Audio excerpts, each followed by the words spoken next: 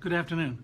I want to spend some time today on the concept of temperament as an excuse to avoid a great debate about reality. Temperament's become the new all-purpose attack on Donald Trump. Whatever Donald Trump does, it's a function of temperament.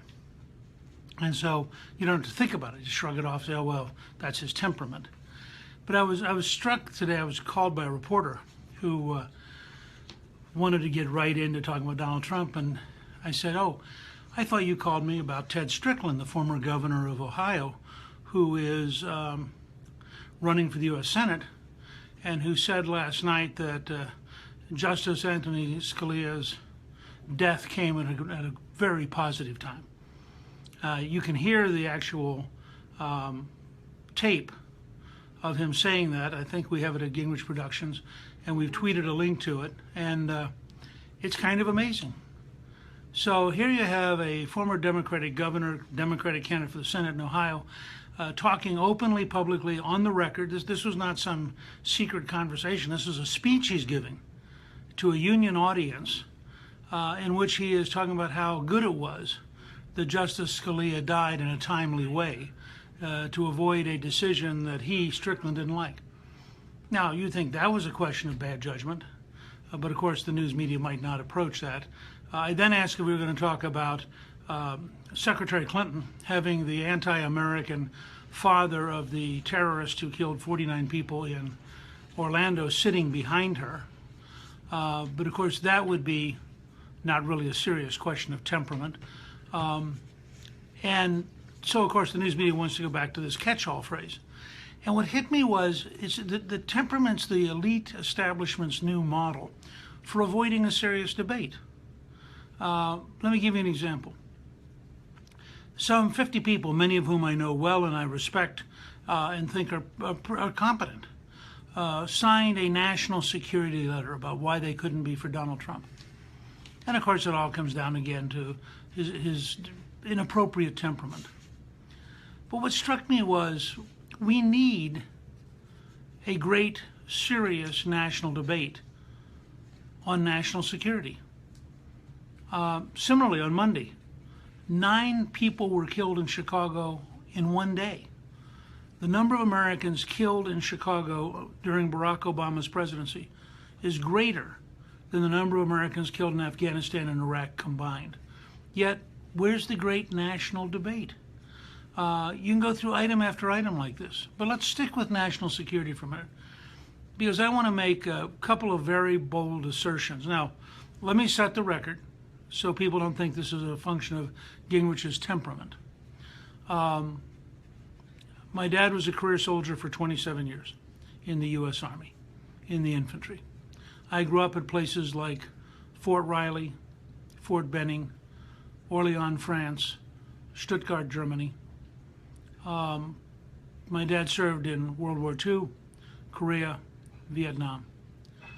He believed deeply in defending America, and he thought what he was doing was really important in keeping us safe. Out of that background, I went into public life, and beginning in August of 1958, I began studying national security. First, when we were stationed at Stuttgart, and I had access to the 7th Army Command Library, and then later, that was during my sophomore year in high school, and then later at Fort Benning.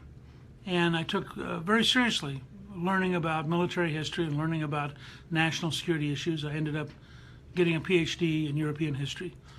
I just give you that as background because what I'm going to say comes as a result of years of experience. I thought that we had a very clear goal and that Ronald Reagan executed that clear goal, and we defeated the Soviet Union. That's not a term people like to use, but it's the truth. The Western coalition came together in 1947 to 1949. We built a security system that lasted. We sustained the Cold War for 44 years, and at the end of it, the Soviet Union collapsed and disappeared. We then began to get into a muddle about the time that I was the Republican whip and then moving into being Speaker of the House. And the muddle has gotten worse. And it's for a couple of reasons. We had a very clear mission in the Cold War. It was to defend freedom against an enormous worldwide effort to defeat freedom and to create a Soviet dictatorship. That focused us, gave us a obvious strategy, which was containment, and basically a grand siege, the hope that if we held off the Soviets long enough, that eventually their system would decay and they wouldn't be able to sustain it, which turned out to be true. Captured brilliantly by Paul Nitze in a document called NSC 68, issued by President Truman on April 15, 1950. So that was a grand strategy. And we built our military around it, we built our diplomacy around it, we built our information programs around it. And it really made us remarkably effective. Now we are in the 15th year, as of September 11th, of a war that we're not winning. You could measure differently and go all the way back to 1979 and the Iranian seizure of the American hostages, in which case you could make the case that we are in the 37th year of a war we're not winning. And most of the signatories of that letter are part of the establishment that, in good faith, as serious people, as patriots, doing the best they could, executed a series of strategies that didn't work. And I think this is the first key thing. Let's not just get off on temperament and who said what and that kind of stuff. There's a core question here that ought to be part of the fall campaign.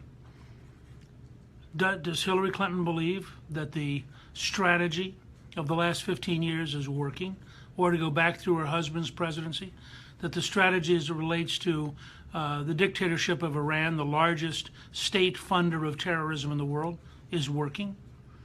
Does Hillary Clinton believe that we are winning against various Islamic supremacist groups, of which ISIS, Al-Qaeda, Taliban, Boko Haram, Al-Shabaab, are only a handful?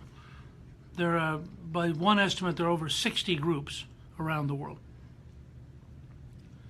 She went to Florida. She managed to make a speech in Orlando with the anti-American father of a terrorist who had killed Americans in Orlando.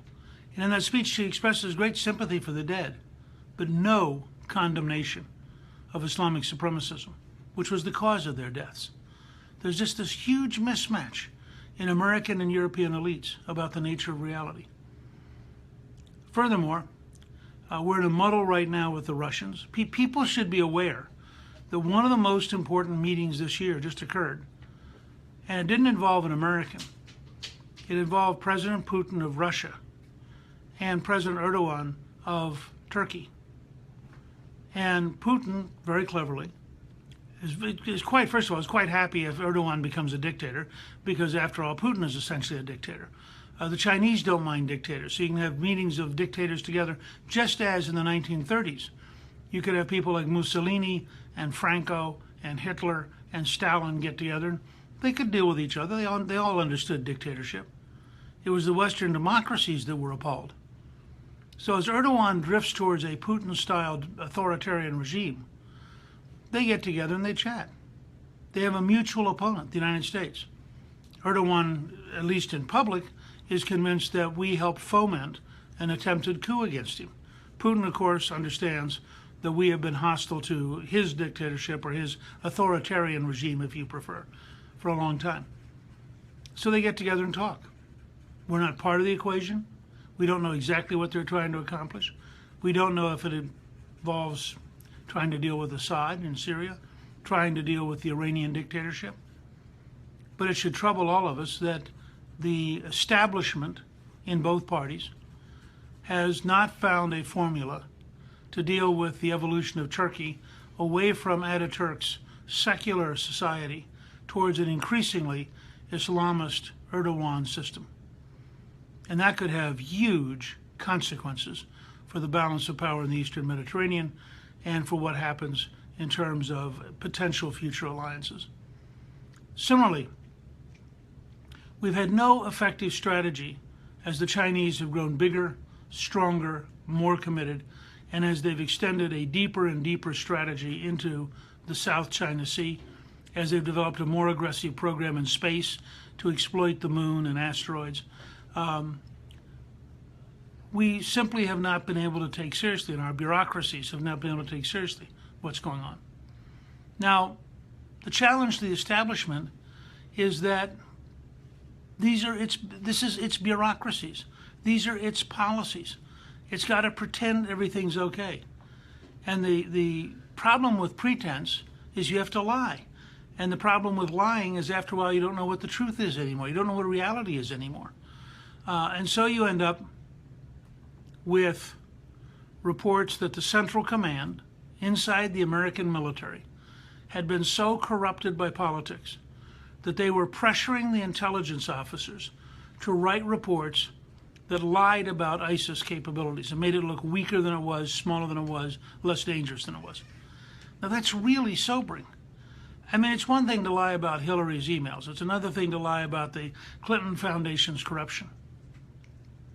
But when the stench of corruption, the lack of any sense of honesty and professionalism gets to a point where you have major generals apparently psychologically coercing people into writing false reports, then you run a danger of a real national security crisis brought about by our own inability to tell ourselves the truth.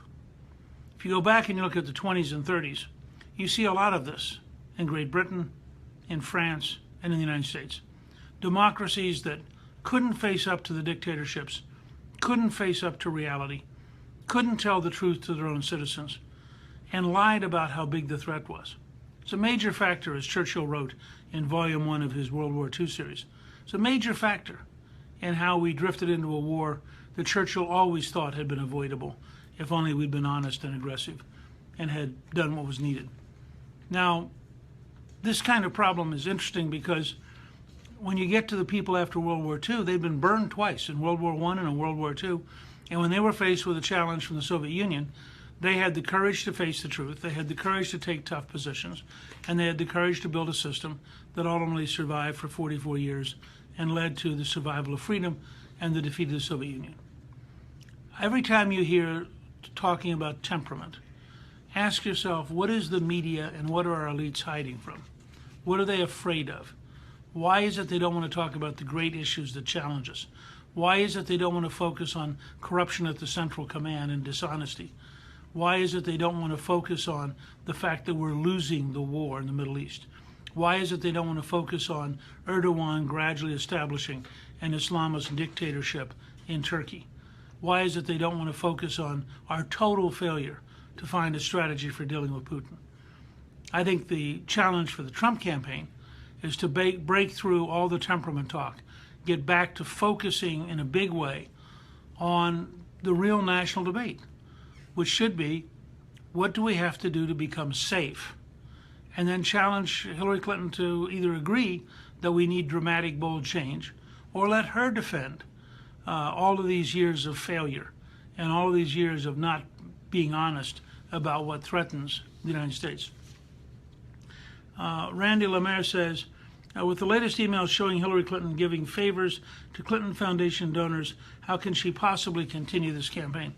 Well, because the elites are going to protect her. Apparently there's a report out this morning that the Justice Department blocked the Federal Bureau of Investigation from digging into corruption involving the Clinton Foundation and the Secretary of State's office.